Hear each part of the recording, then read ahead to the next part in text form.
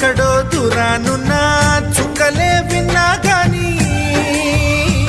కదిలించలేదా కాస్త కూడా నీ మనసుని పరదాలు దాటి ఒక్కసారి పలకరించవేమి అందరినీ ఇలా వెంటపడి అడగాల సరదాగా నువ్వే ఎదురైతే సరిపోదా నిద్రపోతున్న రాత్రి నడిగా గుటికి చేరిన గువ్వల నడిగా